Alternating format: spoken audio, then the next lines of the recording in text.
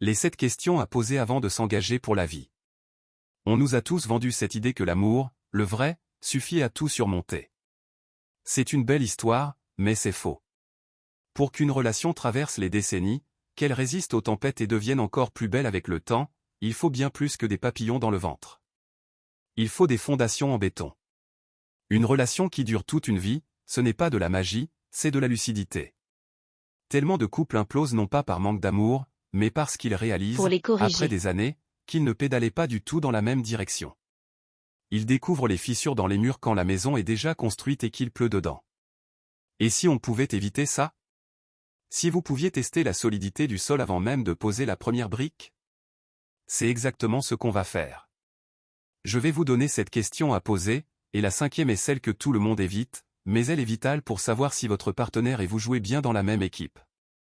Alors, restez avec moi, parce que ces conversations pourraient bien être les plus importantes de votre vie amoureuse. La question des valeurs fondamentales. Première question, celle du socle. Le GPS interne de votre partenaire. Question numéro 1, quelles sont les 3 valeurs qui guident ta vie et sur lesquelles tu ne négocieras jamais? Astérisque astérisque. Pourquoi c'est si crucial? Parce que les valeurs sont les règles du jeu invisible qui dictent nos choix, nos réactions, nos priorités. Si vos valeurs sont aux antipodes, vous allez passer votre vie à vous nager à contre-courant. On ne parle pas d'aimer la même musique ou les mêmes séries. On parle de ce que signifie pour vous le respect, l'honnêteté, la loyauté, la famille ou l'ambition. Par exemple, si pour vous la loyauté est sacrée, et que pour votre partenaire, la liberté signifie flirter allègrement avec les limites, vous préparez le terrain pour de futures souffrances. Si l'un rêve de sécurité financière et de stabilité, pendant que l'autre ne vit que pour l'aventure et le risque, comment allez-vous planifier quoi que ce soit? Ces différences ne sont pas forcément rédhibitoires, mais elles exigent une communication de niveau olympique pour être gérée. Votre avenir partagé. Connaître les valeurs de l'autre, c'est connaître sa boussole. Et pour faire route ensemble, mieux vaut que vos boussoles pointent à peu près vers le même nord. La question de la gestion des conflits. 0 conflit? Ça n'existe pas. Un couple solide, ce n'est pas un couple qui ne se dispute jamais, c'est un couple qui sait comment se disputer. Quand on aura un vrai, gros désaccord, quelle sera ta réaction instinctive, et comment on fait, concrètement, pour s'en sortir ensemble? Cette question, c'est un scanner de la maturité émotionnelle. Elle vous montre si votre partenaire a tendance à fuir, à attaquer, à bouder pendant 3 jours, ou au contraire, à chercher une solution. Sa réponse est un indice énorme sur sa capacité à gérer la pression. Le psychologue John Gottman, une sommité sur le sujet, a prouvé que la manière de gérer les conflits prédit bien mieux la durée d'un couple que la fréquence des disputes. Imaginez le scénario, grosse engueulade. Est-ce que votre partenaire devient un mur de silence?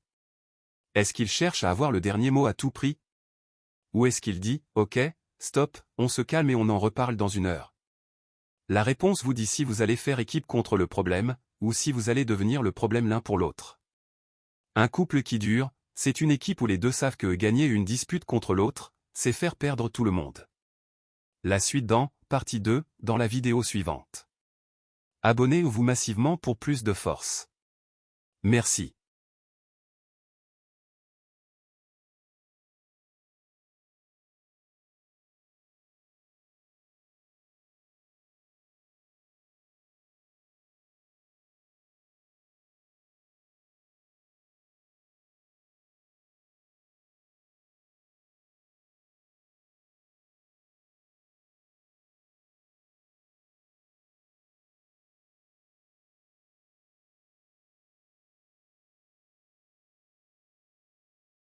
Dans votre relation.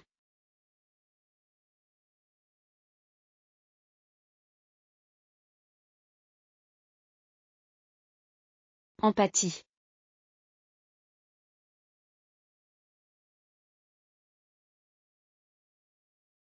Les épreuves de la vie.